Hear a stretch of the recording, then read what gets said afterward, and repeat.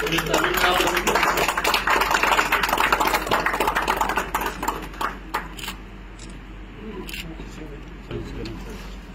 अगस्त को चौकी छवास के एरिया में जो टेररिस्ट की मूवमेंट के बारे में खबर मिलने के बाद बिना कोई टाइम जाया किए हुए जो चौकी ऑफिसर और उनकी टीम और हमारी लोकल वीडीसी के मेंबर जिन्होंने सबसे पहले वहां से इतला हासिल की, उन्होंने मिलकर के ऑपरेशन लॉन्च किया, जिसको आर्मी ने भी ज्वाइन किया, आर्मी के यूनिट ने भी। और इस ऑपरेशन का नतीजा ये निकला कि एक खूंखार दहशतगर्द जो पाकिस्तानी मूल का है, पाकिस्तान का रहने वाला था, जो किसी एक ग्रुप का हिस्सा था, जो ग्रुप काफी लंबे अरसे से रजौरी के अंदर एक्टिव था, और ये शक है कि वो काफी सारी टेररिस्ट एक्टिविटीज को प्लान करके अंजाम देने की ताक में भी था। और ये भी शक है कि कुछ एक्टिविटीज में वो शामिल भी रहा होगा, क्योंकि फॉरेन टेररिस्ट की जहां पर कोई खास पहचान नहीं होती जब तक वो मारा नहीं जाता, उसके बाद ही छोटे मोटे जो डॉक्यूमेंट्स, जो चीजें उनसे मिलती है, उसके बाद उसकी पहचान होती है। लोकल हलकों में उसको पहचानना मुश्किल होता है।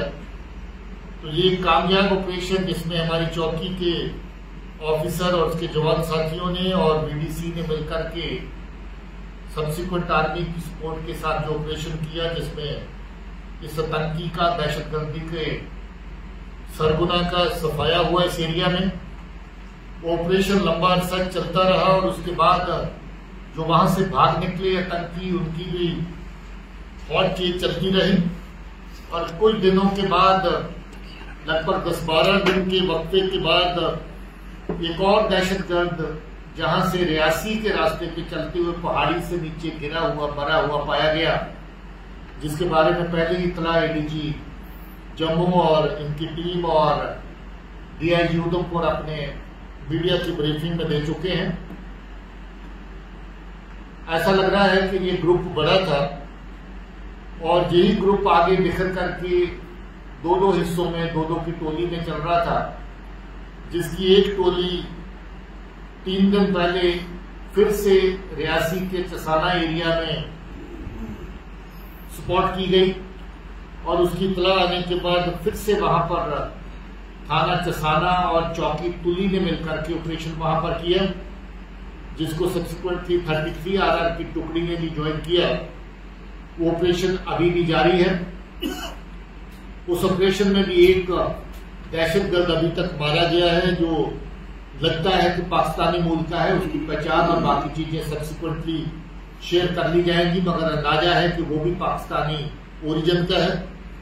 और उसका दूसरा साथी जो उसी जगह पे शामिल था, वो वहां से किसी वजह से रात को बहुत तेज बारिश हुई। वो ऐसा इलाका है जहां पर लाइट की प्रोविजन कम होती है, और वहां से वो रात के अंधेरे में बच निकला। उसकी तलाश अभी जारी है। हमारी पुलिस की पार्टियां, रियासी पुलिस की और बाकी लोग उसके सर्च में अभी लगे हुए हैं, और मुझे उम्मीद है कि वो पार्टियां कामयाब होंगी उसको लोकेट करने में और न्यूट्रलाइज करने में। मैं इस टीम को शाबाशी देता हूं, क्योंकि इन टीम की अच्छी शुरुआत को लेकर के अभी तक एक के बाद एक ऑपरेशन आगे बढ़ता चला जा रहा है। और मुझे उम्मीद है कि इसके साथ जुड़े हुए जितने भी लोग हैं, उनको पुलिस और फोर्सेस मिलकर के उनका सफाया करने में कामयाब होंगी।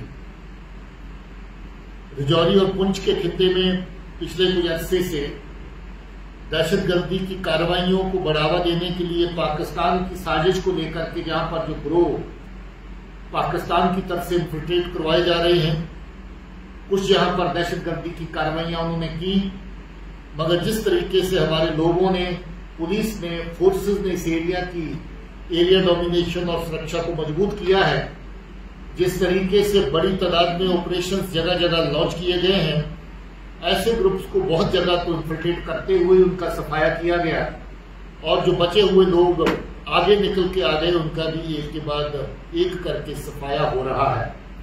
मैं रिजौरी और पुंछ इनको इन अच्छे ऑपरेशन के लिए, कामयाब ऑपरेशन के लिए मुबारकबाद देना चाहता हूं, जहां पर फिर से हम लोग जो एरियाज हमारे थोड़े बहुत सिक्योरिटी की दृष्टि से कहीं कमजोर थे उनको फर्दर बीफ अप किया गया है, कर रहे हैं।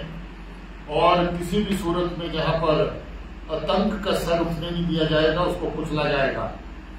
जहां पर पुलिस और फोर्सेस के साथ साथ वीडीसी बहुत हद तक एक्टिव हो चुकी है। वीडीसी जिस तरीके से हमारे ऑपरेशन ग्रिड के अंदर शामिल हो रही है वो काबिल तारीफ है। इसके साथ जो बाकी सिविल जराए हैं, वीडीसी के बाहर जो हमारे शहरी हैं, आम लोग हैं, वो हमारी मदद कर रहे हैं। उसके लिए मैं हम वीडीसी के मेंबर और बाकी सिविलियन साइड से जो लोग हमारे ऑपरेशनल ग्रिड के अंदर काम कर रहे हैं उनको भी मुबारकबाद देता हूं, उनको भी शाबाशी देना चाहता हूं।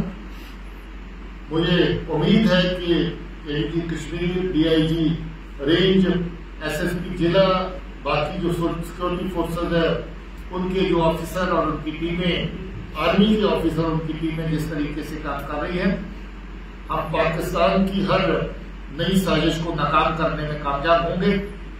जैसा आप देखते हैं कि जहां पर बॉर्डर पे इन्फिल्ट्रेशन करते हुए बहुत सारे ग्रुप्स का अभी तक सफाया हुआ है, ये अपने आप में कामयाबी का एक नया मापदंड है, एक नया मेयार है। जहां पहले लगातार इनकी इन्फिल्ट्रेशन कामयाब तरीके से होती थी, वहां बहुत हद तक इनकी इन्फिल्ट्रेशन की कार्रवाइयों को नकारा किया गया, नाकाम किया गया है और इन साजिशों का पर्दाफाश करते हुए उधर से आते हुए ग्रुप्स का नाश किया गया है। इस कार्रवाई को बराबर जारी रखा जाएगा। मैं चंद रोज पहले जहां एक आर्मी के सेक्टर में सिक्योरिटी का जायजा लेने के लिए आर्मी के ऑफिसर्स को भी मिला था, वहां पर एरिया की सिक्योरिटी की दृष्टि से किस तरह की जरूरतें हैं और उसमें पुलिस कहां पर उनका सहयोग कर सकती है, उसके ऊपर भी चर्चा हुआ था। और हम लोग जहां जहां सहयोग करने की जरूरत है, पुलिस की एडिशनल टुकड़ियां उस एरिया में तैनात कर रहे हैं, ताकि आर्मी के साथ साथ बाकी फोर्सेज और पुलिस भी सिक्योरिटी ग्रिड को बॉर्डर के साथ और पुख्ता करें। ये कार्रवाई फर्दर जारी रहेगी। रिजौरी के साथ साथ पुंछ दोनों जिलों की बॉर्डर ग्रिड जो है उसको पहले से ज्यादा आगमेंट किया गया है, स्ट्रेंथन किया गया है और इसको और मजबूत किया जाएगा, ताकि इन्फिल्ट्रेशन के जो टेंट पार से हो रहे हैं उनको हर सूरत में रोका जा सके और जो दहशतगर्दी नया रूप लेने की कोशिश इस एरिया में कर रही है उसका खात्मा किया जा सके। मैं इसके साथ साथ आज हमारे डीआईजी रेंज ने 2 हिस्सों में जो किताब लिखी है, जहां पर दहशतगर्दी के बारे में जितना भी डाटा, जितनी भी इंफॉर्मेशन जरूरी होती है, इन्होंने बड़ी मेहनत करके उस इंफॉर्मेशन को तैयार किया है।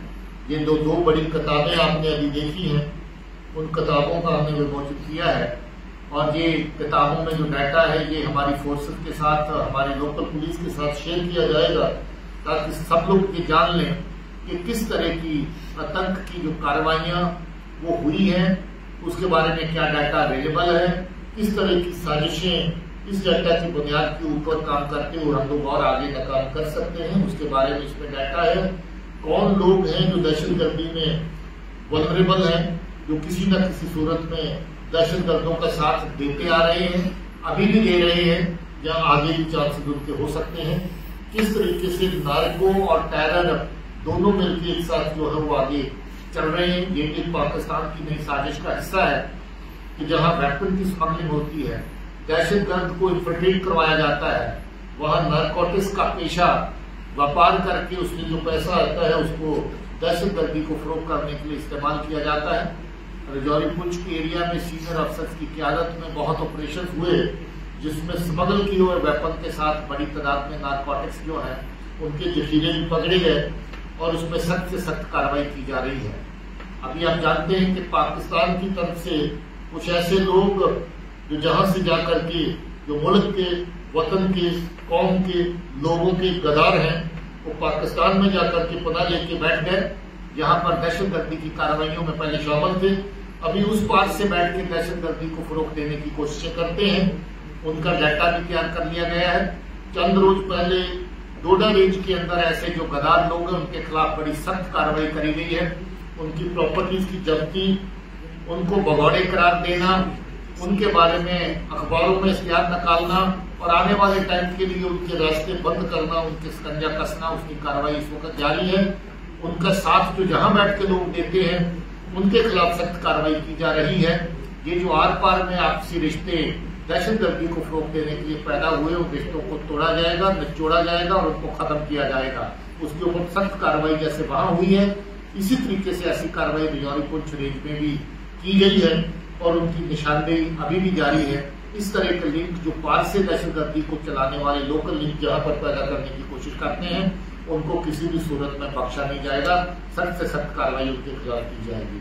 और कोई सवाल आपका हो उसके बारे में कह दिया कि एक तफसील में जवाब देना जरूरी नहीं है।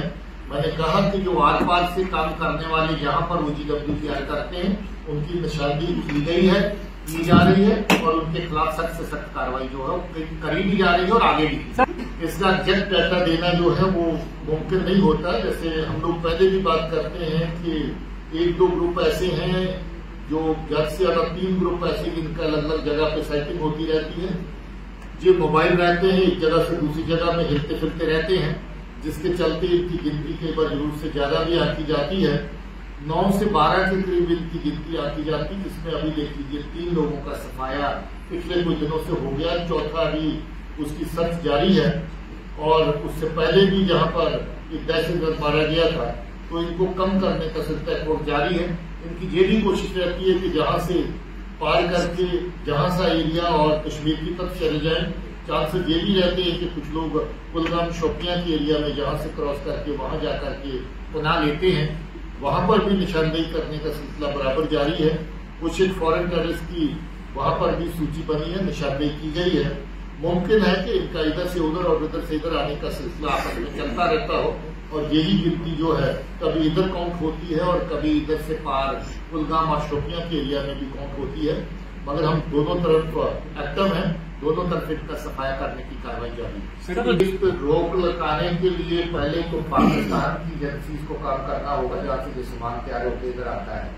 हम तो उसी पे कार्रवाई कर सकते हैं जो सरहद पार करके इस तरफ आएगा, जिसकी निशानदेही होगी। हमने ड्रोन से आए हुए नशे की तस्करी के कितनी कंसाइनमेंट पकड़ी है, न सिर्फ इस एरिया में बल्कि IB सेक्टर में भी।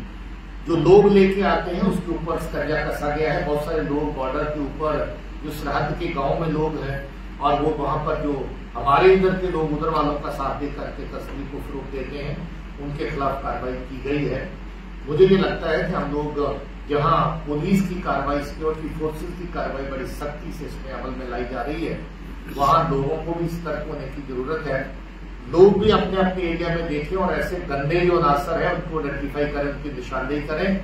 न सिर्फ वो मुल्क के गद्दार हैं, मगर के समाज के जो गद्दार हैं जो जहां पर लोगों की जिंदगियों के साथ खिलवाड़ करना चाहते हैं, हमारे नौजवान को तबाह करना चाहते हैं। सर, इसका जब्त की जा चुकी है, बहुत सारी प्रॉपर्टीज को जब्त करने का सिलसिला जारी है। बहुत सारे लोग ऐसे हैं जिनको PSA में बंद कर दिया गया है। आपके पास इसके अलावा कोई लिस्ट हो तो लोकल पुलिस के साथ जरूर